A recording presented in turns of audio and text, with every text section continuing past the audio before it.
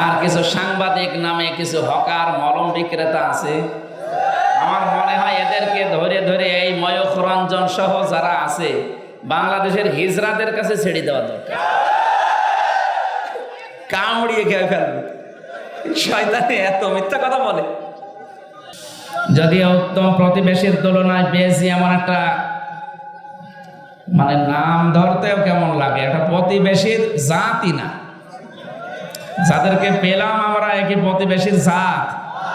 এত মিথ্যা কথা মানুষ ছড়ায় কি করে? প্রতিবেশীর সাথে ভালো ব্যবহার করার জন্য নবীজি বলেন এত বেশি আদেশ পেয়েছিলাম আমি, মনে হচ্ছিল যে জমি জায়গার ভাগও তাকে দেওয়া লাগবে। আর সেই প্রতিবেশী আমরা পেয়েছি প্রতিনিয়ত। এদেশ জন্ম হওয়ার আগ থেকেই তারা আমাদের বিরুদ্ধে মিথ্যাচার করছে এখনো পর্যন্ত। আপনি দেখেন মিথ্যাচার কি আরম্ভ করেছিল তারা, সে 47, 71, 24 পর্যন্ত তারা মিথ্যাচার চালিয়ে যাচ্ছে। স্বাধীন করলাম আমরা, আর এখন ওই দেশের প্রতিবেশীর যিনি দায়িত্বে আছে তারা বলছে স্বাধীন আমরা করেছি। এত বড় মিথ্যা কথা সে নাই বলতে পারে। যাকে আমরা পাঠাইনি, যে গেছে তার কাছে, সে তো একটু শুধরিয়ে দিতে পারে যে এত মিথ্যা কথা বলা ঠিক না। আর কিছু সাংবাদিক নামে কিছু হকার মলম বিক্রেতা আছে। আমার মনে হয় এদেরকে ধরে ধরে এই ময়ূখ রঞ্জন সহ যারা আছে বাংলাদেশের হিজড়াদের কাছে ছেড়ে দেওয়া দরকার। কামড়িয়ে খেয়ে ফেলবে। শয়তানে এত মিথ্যা কথা বলে। সারা জীবন মিথ্যাচার ছড়িয়েছে যে বাংলাদেশে নাকি সংখ্যালঘু নির্যাতন হয়, অথচ এই পৃথিবীর 257টা রাষ্ট্রের সবচেয়ে বেশি এখন সংখ্যালঘু নির্যাতন ইন্ডিয়াতে। আমার দুনিয়া এটা দেখছে না। আপনি নিজের কথায় নিজে কিন্তু ধরা পড়ে যাবেন। আপনারা দেখেছেন কালকেও পঞ্চগড় এবং মাগুরা এই 2 জেলা থেকে 2 জন গিয়েছিল চিকিৎসার জন্য। তাদেরকে এই হকার সাংবাদিকরা জিজ্ঞাসা করছে যে আপনারা দেশে হয়তো টিকতে পারেননি, আপনাদের মেয়েদেরকে রেপ করা হচ্ছে, এই কারণে আপনারা ভারতে চলে এসেছেন, তাই না? উনি বলছে কিসের? হ্যাঁ, কে বলেন আপনি? আমরা এসেছি 2 জন চিকিৎসার জন্য, আর 5 তারিখের পর থেকে সবচাইতে বেশি আরামে আছি আমরা। আর মুখটা গেছে একেবারে বিড়ালের পেছনের মতো হয়ে। আর কথা না। পৃথিবীর ইতিহাস পাল্টিয়ে দিচ্ছেন আপনারা। পৃথিবীর দিকে আমরা তাকালে দেখি কেউ কেউ মাটির নিচে তেল পায়, গ্যাস পায়, সোনা পায়, লোহা পায়, আর ওদের কোনো কাজ নেই। মাটির নিচে শুধু নাকি মন্দির পায়। 1000 বছর 1500 বছর আগে ওখানে নাকি মন্দির ছিল, মসজিদ ভেঙে দিয়ে ওই মন্দির আবিষ্কার কর। আপনারা হয়তো এই ইতিহাস পড়েননি বা জানেন না, স্মরণ করাচ্ছি। আল্লাহর ঘর কাবা ভাঙতে এসে কি অবস্থা হয়েছিল আব্রাহার, একটু পড়বেন। যে মসজিদ গুলো ভেঙ্গে ভেঙ্গে মন্দির বানাচ্ছেন ধোয়া ধোয়া তুলে, আল্লাহ কিন্তু ছাড় দেয়, ছেড়ে দেয় না।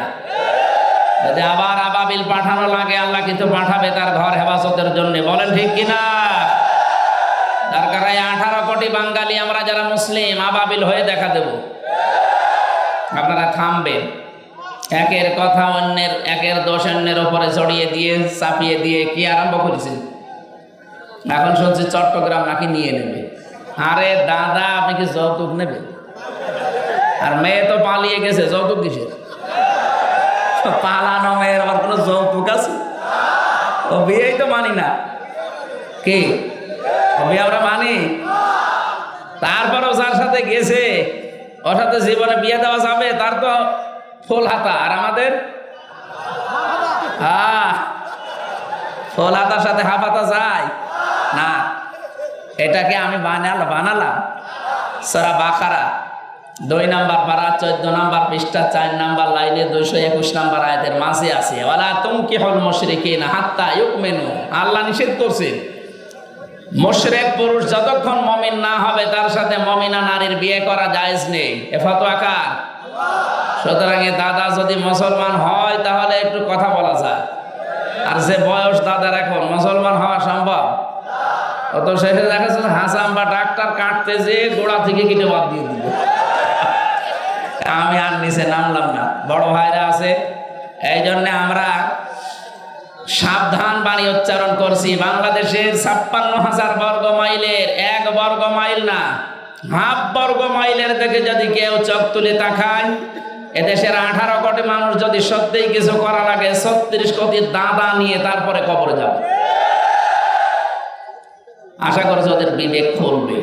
এরপরও যদি না খোলে বুঝতে হবে ও এই কোরআন শরীফ বুখারী শরীফ এগুলো দিয়ে হবে না, ওদের জন্য দরকার বাখারী শরীফ। আল্লাহ ওদেরকে হেদায়েত কামনা করি না, কারণ জালেমদের আল্লাহ হেদায়েত দেয় না। আল্লাহু লা ইয়াহদিল কওমাজ জালিমিন। ইহদি মুজারি, বর্তমান ভবিষ্যৎ, প্রেজেন্ট ফিউচার। আল্লাহ বলে বর্তমানে জালেমদের হেদায়েত দিচ্ছি না, ভবিষ্যতেও দেব না। এই জন্যই তো এই 3 মাস কতদিন হয়ে গেল এখনো পর্যন্ত অনেক জালেমের কথাবার্তা লাইন মতো আসে না। আজকেও সকালে দেখেছেন একটা ভিডিও ফাঁস হয়েছে, অনেক বলছে আর কতদিন মার খাবেন এভাবে, এবার ঘুরে দাঁড়ান। কি ঘুরে দাঁড়াবেন আপনি? আপনি যা করেছেন ঘুরে দাঁড়ানোর মতো আছে? তাই জন্য উস্কানিতে কেউ যেন আবার পা দিয়েন না। অনেক বসে বসে কলা খায়, কফি খায়, চা খায় আর উস্কানি দেয়।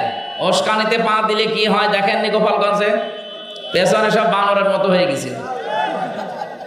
এত পিটানো পিটিয়েছিল প্রশাসন আর্মিতে, উস্কানিতে পা দেবে না। ওই সময় শুনতাম যে গোপালগঞ্জ থেকে ঢাকায় যদি কেউ বাসে আসে, বসে আসলে 300 টাকা, দাঁড়িয়ে আসলে 1000 টাকা। ও বসে আসবে কি করে? কারণ কাজ সব শেষ করে ফেলিস।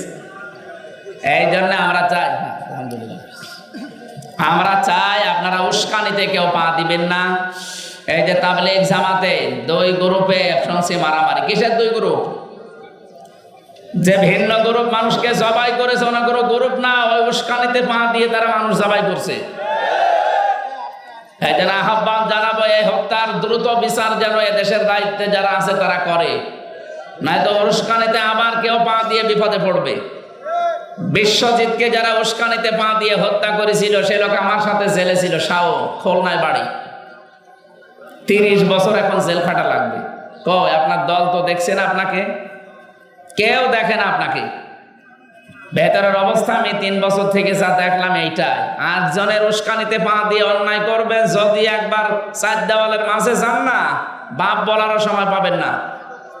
আর বাইরে থেকে টাকা পয়সা কেউ যদি না পাঠায়, ভেতরে অবস্থা যে কত করুণ খারাপ এটা আমি দেখবেছি। এই জন্য আহ্বান জানাবো, বাংলাদেশে কেউ কারো উস্কানিতে পা দিয়ে দেশকে অস্থিতিশীল করার চেষ্টা করবেন না।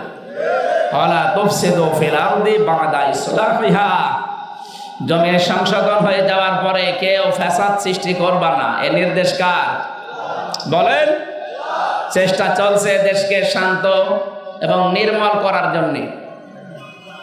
দেখুন সংস্কার যেহেতু আরম্ভ হয়েছে, আমরা দেখতে পাচ্ছি বাংলাদেশের সংস্কার চলছে। যাই সংস্কার করছেন আগে সংবিধান সংস্কারে হাত দেন, এটাও হাত দিয়েছে দেখতে পাচ্ছি। কোরআনে কারিমের সূরা ফুরকানের 77টা আয়াত আল্লাহ দিয়েছেন, এর ভেতরে 73টা ধারা আছে। ফুরকান মানে সংবিধান, ফুরকান মানে কি? সুতরাং এই দেশে যদি সত্যি শান্তি, স্বস্তি, নিরাপত্তা এটা দিয়ে আমরা ঢেকে রাখতে চাই, সূরা ফুরকানের 73টা ধারা দিয়ে বাংলার সংবিধান বানানো দরকার। এ দাবির পক্ষে আপনারা নেই? কারা কারা আছেন অন্ধকারে হাত তোলেন তো দেখি। এই দেখাও তো যাচ্ছে না, তোলেন। লিল্লাহে তাকবীর। এই আওয়াজটা যেন পৌঁছে যায় সারা বাংলাদেশ থেকে। এরকম আওয়াজ উঠলে, যেহেতু 96% আমরা মুসলমান, আশা করছি যিনি দায়িত্বে আছে তিনিও একজন মুসলমান। আজকে দেখেননি কি সুন্দর টুপি মাথায় দিয়েছে ডক্টর মোহাম্মদ ইউনূস, দেখে মনে আছে না একজন সেরকমই। সুতরাং ওনার এই টুপির এই মর্যাদাও রাখা লাগবে।